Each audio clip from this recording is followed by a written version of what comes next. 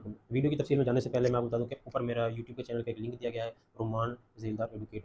یہ میرا new channel ہے، اس پر میں سول کرمنل فیملی کیسے جو بھی ہوں گے، جو بھی نئی ویڈیو ہوگی وہ اس پر اپلوڈ کی جاتی ہے سب سے پہلے، اس کے بعد فیس بک پر آتی ہے۔ تو آپ اس پر وزٹ کریں، انیشیل چینل ہے، اس کو گرو کریں، اس کو لائک کریں، سبسکرائب کریں، تاکہ میں مزید اس پر ویڈیوز اپلوڈ کر سکوں۔ شکریہ جی، السلام علیکم۔ I hope you all will be fine.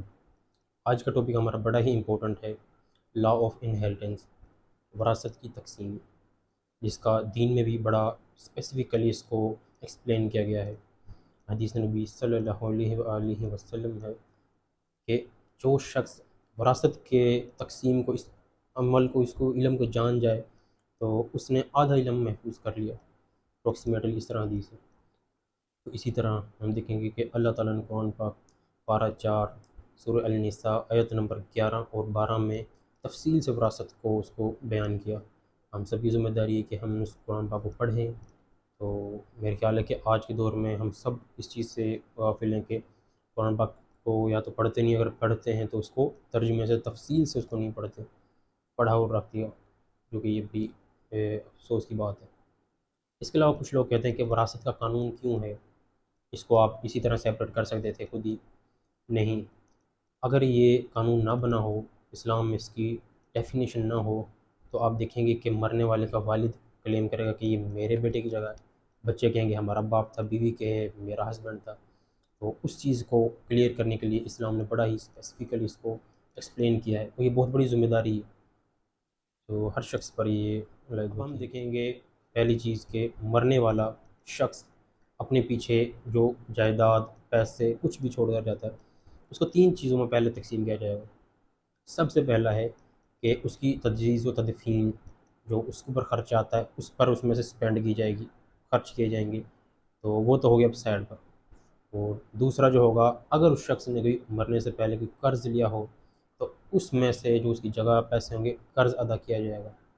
اور تیسرا یہ ہوگا کہ اگر اس نے کوئی وصیت کی ہو کہ میری جگہ یا پیسے فلاں فلاں شخص کو، کسی مسجد میں، مدرسے میں، یا پھر کسی یتیم بچے کو وہ دے دیے جائیں، تو پھر اس کے مطابق وصیت کی جائے گی۔ یاد رہے کہ وصیت 1/3، مطلب تیسرے حصے یہ وصیت کا ہوتا ہے، اس سے زیادہ وصیت نہیں کی جا سکتی۔ ہاں، اگر اس سے زیادہ اگر وہ مرنے والا وصیت کر جائے تو جو اس کے وارثان ہوں گے پیچھے، تو وہ آپس میں مشورہ کر کے تو وہ آگے اس کو ٹرانسفر کر سکتے ہیں، اگر وہ راضی نہیں ہے تو اس سے زیادہ نہیں ہو سکتی۔ اگر اسی طرح ہم دیکھیں تو اب یہ 3 چیزیں ہوگی سائڈ پر، جو بقیہ حصہ بچا، زمین، پیسے جو بھی ہیں، اب سب سے پہلے اس کے والد کو، والدہ کو اس میں سے جائے گا۔ وہ کتنا جائے گا؟ والد کو جائے گا 1/6، چھٹا حصہ، اور اسی طرح والدہ کو بھی چھٹا حصہ جائے گا، مطلب 6 حصے کر لیں اس کے، جو چھٹا حصہ ہوگا وہ والد کو جائے گا، اسی طرح والدہ کو جائے گا۔ تو پھر پیچھے جو ان کی بیوی جو رہ گئی ہیں مرنے والے شخص کی، اس کو 8واں حصہ، 1/8، تو وہ اس کو حصہ چلا گیا۔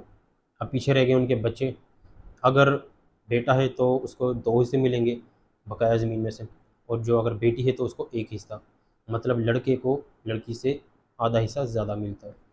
تو کچھ لوگ اس پر کوشچن مارک کرتے ہیں کہ ایسا کیوں ہے، پر اس کا اگر دیکھا جائے تو بڑا سخت سوال ہے یہ، لیکن معاشرے میں اگر ہم جب تقسیم کرتے ہیں زمین کی، تو بڑے بڑے لوگ ہوتے ہیں، سخی دیندار لوگ، تو بیٹی کو زمین دینے سے جان نکلتی ہے، گھبرا جاتے ہیں، تو بعد میں وہ کہتے ہیں، کچھ لوگ کہتے ہیں کہ ہم نے ان سے لکھوا لی، انہوں نے اپنی رضامندی سے دی۔ کیوں رضامندی سے کیوں لیا آپ نے؟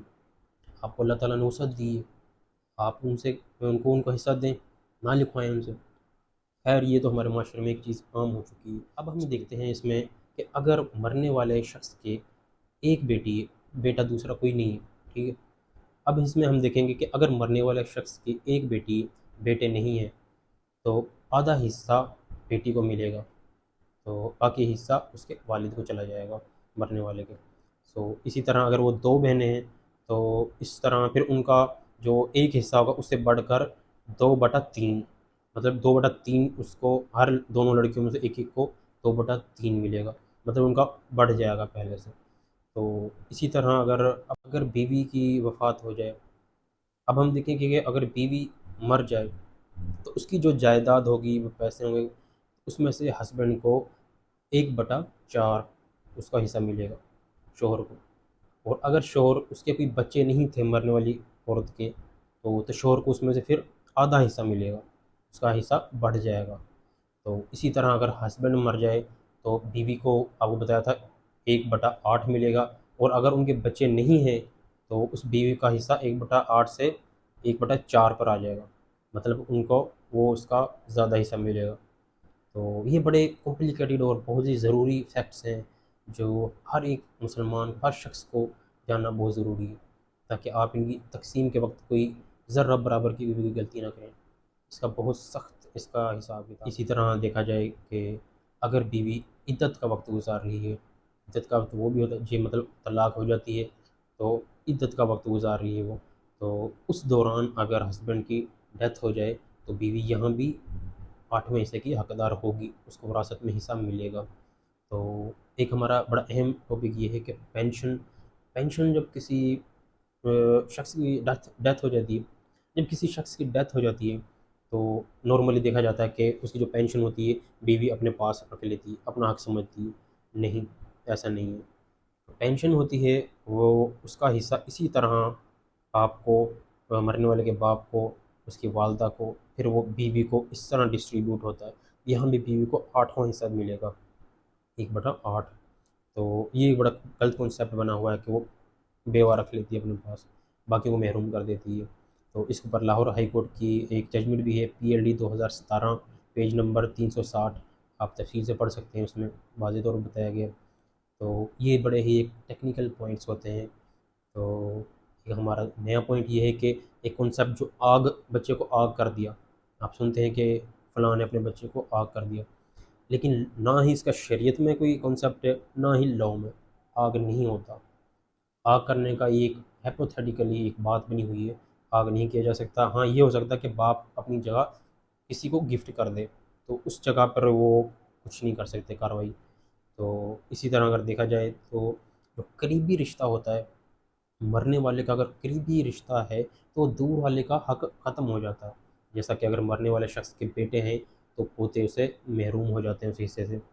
تو اگر اس کا والد، مرنے والے کا والد زندہ ہے تو دادا محروم ہو جاتا ہے، دور کا رشتہ اس کو نہیں جائے گی، پھر وہ جگہ اس کے والد کو جائے گی۔ اگر جگہ، اب ایک کنسیپٹ یہ بھی ہے کہ اگر دادا کے پاس پراپرٹی ہے اور اس کے 4 بیٹے ہیں، ایک بیٹا اس میں سے مر گیا ہے، تو دادا کے مرنے کے بعد جگہ 3 بچوں کو ملے گی، چوتھے کے جو پوتے ہوں گے اس کو نہیں ملے گی۔ اب اس میں دیکھیں گے کہ اگر باپ نہیں ہے تو دادا کو پراپرٹی ٹرانسفر ہو جائے گی۔ تو اس میں اگر دادا کے پاس کوئی جگہ ہے، اس کے 4 بیٹے ہیں، ایک بیٹے کی ڈیتھ ہوگی، اس کے بچے یتیم ہیں، اگر شریعت میں دیکھا جائے تو دادا کی ڈیتھ کے بعد 3 بیٹوں کو جگہ ٹرانسفر ہو جائے گی، لیکن جو یتیم ہوں گے ان کو نہیں ہوتی، کیونکہ ان کا والد جو ہے وہ وفات پا چکا ہے۔ تو جس پر اکثر کرٹیسزم بھی ہوتا ہے، لیکن اگر دیکھا جائے تو اس میں کچھ طریقے ایسے بھی ہیں جہاں پر آپ 27 طریقے ہیں، جس میں سے ایک تو یہ کہ اگر دادا کی ڈیتھ ہو جائے تو بچے محروم ہو جاتے ہیں، لیکن باقی طریقے بھی ہیں، اس کے جیتے جی آپ اس کو گفٹ کروا سکتے ہیں، اس طرح رضامندی سے نام کروا سکتے ہیں ان کی موجودگی میں۔ تو ایکسیپشن تو یہاں پہ کافی ہیں۔ تو لیکن جو ہم نیا لاء بنایا ہے، مسلم فیملی آرڈیننس 1961 دفعہ 4 سب سیکشن اس کی ہیں، اس کے مطابق اب اس چیز کو الاؤ کر دیا گیا ہے کہ دادا اگر فوت ہوگا تو اس کے جو ایک بیٹا، اس کا ڈیتھ ہو چکی، اس کے یتیم بچے ہیں جو، ان کو بھی آٹومیٹکلی اب ٹرانسفر ہو جائے گی۔ لیکن شریعت کے مطابق یہ اس میں کچھ طریقے ہیں، اس میں امپاسبل نہیں ہے کہ آپ زندہ رہتے ہوئے دادا کے کو آپ اس کو نام کروا سکتے ہیں۔ تو یہ بڑے ہی ایک کمپلیکیٹڈ ہیں۔ اب یہ ہم سب کی ذمہ داری ہے اسی چیز کو سیکھنا، سمجھنا۔ اگر اس میں تھوڑی سی بھی کوئی کوتاہی ہو جائے تو قیامت کے روز اللہ تعالیٰ بڑا ہی سخت اس کا حساب کتاب لیں گے۔ تو امید ہے کہ آج کا ٹاپک آپ لوگوں کو سمجھ آیا ہے، تو آپ اس پر مزید ویڈیوز کو دیکھنے کے لیے اس ٹاپک کا اباؤٹ تو ہمارے ساتھ اور جڑی رہے گا، انشاءاللہ ہم مزید ویڈیوز دیں گے۔